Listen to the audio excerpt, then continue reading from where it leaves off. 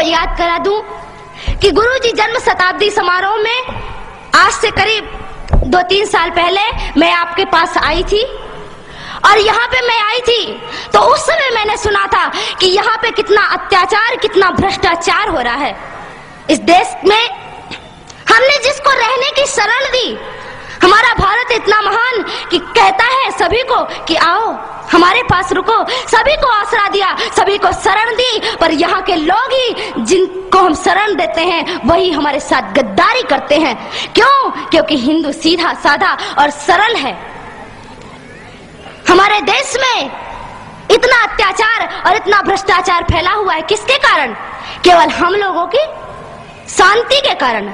अभी आपने सुना होगा बहुत से लोगों से कि कहते हैं कि आजकल कहते ना लोग कि शांति का अब जमाना नहीं रहा कि माला लेकर बैठ जाओ बस शांति हो गई। आपने गाना सुना होगा, मुझे माफ करिएगा जो इस गाने के अनुयायी होंगे, एक गाना बजता है कि दे दी हमें आजादी बिना खड़ग बिना ढाल, साबरमती के संत तूने कर दिया कमाल। तो ये गाना मुझे बिल्कुल पसंद नहीं है, क्योंकि इसमें आया कि दे दी हमें आजादी बिना खड़ग बिना ढाल। अरे कैसे खड़ग बिना ढाल के बिना आजादी मिल गई? कितने कितने वीरों ने इस देश के लिए सिर कटाए हैं तब हमको आजादी मिली है, बिना लड़े आजादी नहीं मिली है। अरे बिना लड़े आजादी मिल जाती तो राम कह देते ना कि एक चरखा ले लो और सूत काटो और रावण को पसंद आ जाएगा सूत तो रावण सीता को लौटा देगा वापस। क्यों नहीं राम ने चरखा पकड़ा दिया सबको?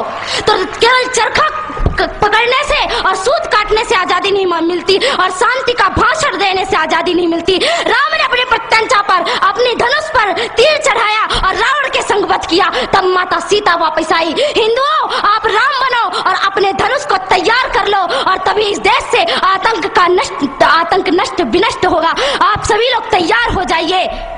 और मैं आपको एक बात कह दूं कि आज आप सभी लोगों को तैयार होना है। जब इस देश में 26 जनवरी को स्वतंत्रता का संग्राम मनाया जा रहा था, आजादी का संग्राम मनाया जा रहा था, चारों ओर खुशियां ही खुशियां थी, तब कश्मीर की केसर की क्यारियों में बारूदी सुरंगें फोड़ी जा रही थी। भाड़े से आए हुए कितने आतंकवादियों ने पता नहीं कितने निरपराध आदमियों को, कितने मासूमों की हत्या कर दी। तो वहां पर किसी नेता ने आंसू नहीं बहाए, पर बाबरी का ढांचा गिर जाने पर रोने वाले नेता छाती पीट पीट कर रोते थे।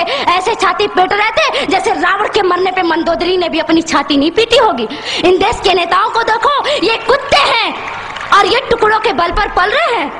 और मैं आपको सावधान कर दूं कि इस देश की नेता से और इस देश के कानून से सावधान रहना, क्योंकि ना तो ये हमारी रक्षा करेगा बल्कि आपको नींद की गोली दे करके और सुलाएगा कि जितना आप सोओगे उतना इसको कुर्सी में बैठने के लिए मिलेगा।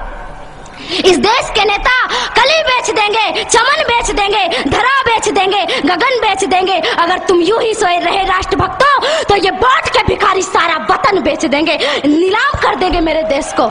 इसलिए इस देश को नीलाम नहीं करना है, आप सभी लोगों को तैयार होना है, मुट्ठी बांध करके कहना है कि भारत देश हमारा है, हमारा था और हमारा ही रहेगा। और इस भारत देश पर किसी ने आंख उठा के देखी तो उसकी आंखें नोच ली जाएंगी, उसकी आंखों को नोच करके गिद्धों के सामने फेंक दी जाएगी। इसलिए आप सभी लोगों को तैयार होना होगा। आज मैं आपको बता दूं कि इस देश में क्या हो रहा है।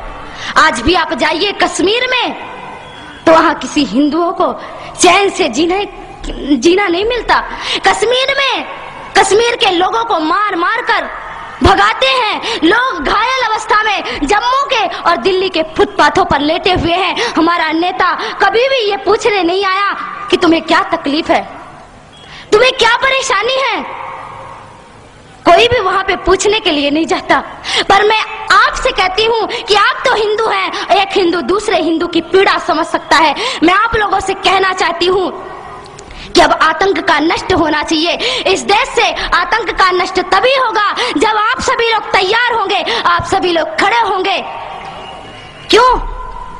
हमारे देश में राम सेतु पर ऐसा राम सेतु और भगवान श्री राम द्वारा बनाया गया वह सेतु, उसको तोड़ने की बात कह दो कि जिस हाथों से राम सेतु टूटेगा उन हाथों को हम काट कर फेंक देंगे। और जो हमारे देश में हमारे राम का का नहीं, वो हमारे किसी काम का नहीं। जो राम से नहीं मिल सकता वो हमसे भी नहीं मिल सकता, और उसको लात मारकर इस देश से बाहर निकाल देना है।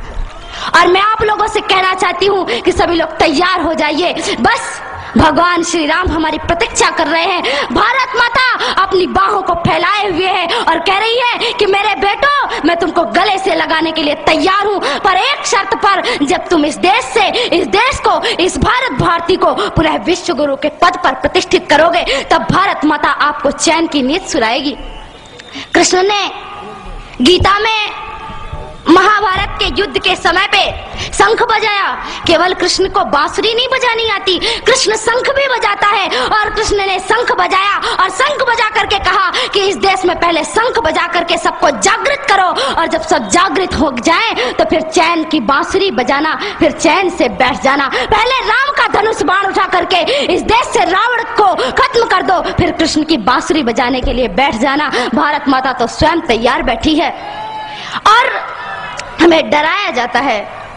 दूसरी बात, अभी मैंने आपको कहा कि कुछ तो भय में लोग संप्रदाय जातियों को बदल देते हैं और कुछ लोग डर के मारे। तो आप बता दो, आप कौन हो? अरे शेर कौन होता है? जंगल का राजा होता है ना। और शेर को किससे भय होता है? अरे आप शेर है, शेर को किसी से डर नहीं होता। बता दो उन मुल्लों को, पाकिस्तानियों को कि हम डरते नहीं अणुबम्बों से, विस्फोटक जलपोतों से, हम डरते हैं ताशकंद शिमला जैसे समझौतों से। सियार भेड़िए से डर सकती सिंगों की औलाद नहीं, भरतवंश के इस पानी की है तुमको पहचान नहीं। आइटम बम बना करके तुम किस्मत पर फूल गए, 65, 71 और 99 के युद्धों को शायद भूल गए।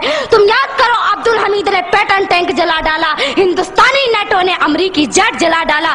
तुम याद करो, गाजी का बेड़ा झटके में ही डुबा दिया, ढाका के जनरल नियाजी को दूध छठी का पिला दिया। तुम याद करो 90,000 उन बंदी पाक जवानों को।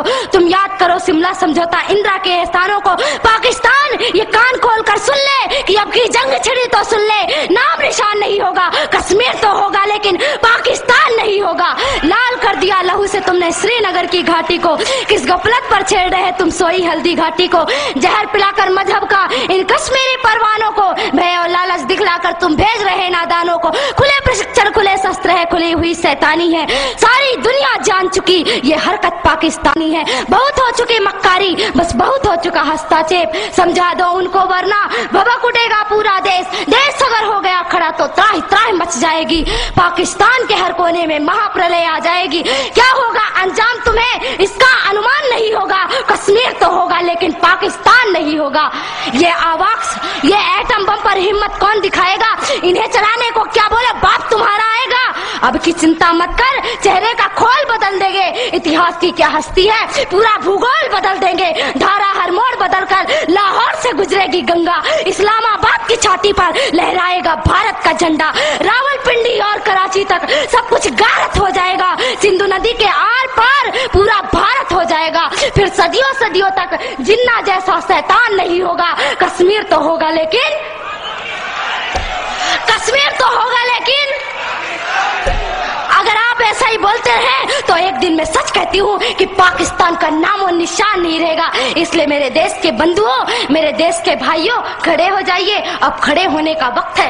अरे क्या भूल गए कि आपके छिंदवाड़ा पे माता जगदम्बा के ऊपर मांस के टुकड़े फेंके गए और आप चुपचाप बैठे रहे? आपको चुप नहीं बैठना है, आपको तो उनसे टक्कर लेना है कि अरे तुम अगर मुझे ईंट से, तुम अगर पत्थर से मारोगे तो तुम्हारा जवाब मैं लोहे से दूंगा, और हम लोहे हैं, सिंहों की औलाद किसी से डरती नहीं है। इसलिए आज आपको खड़े होने का समय है।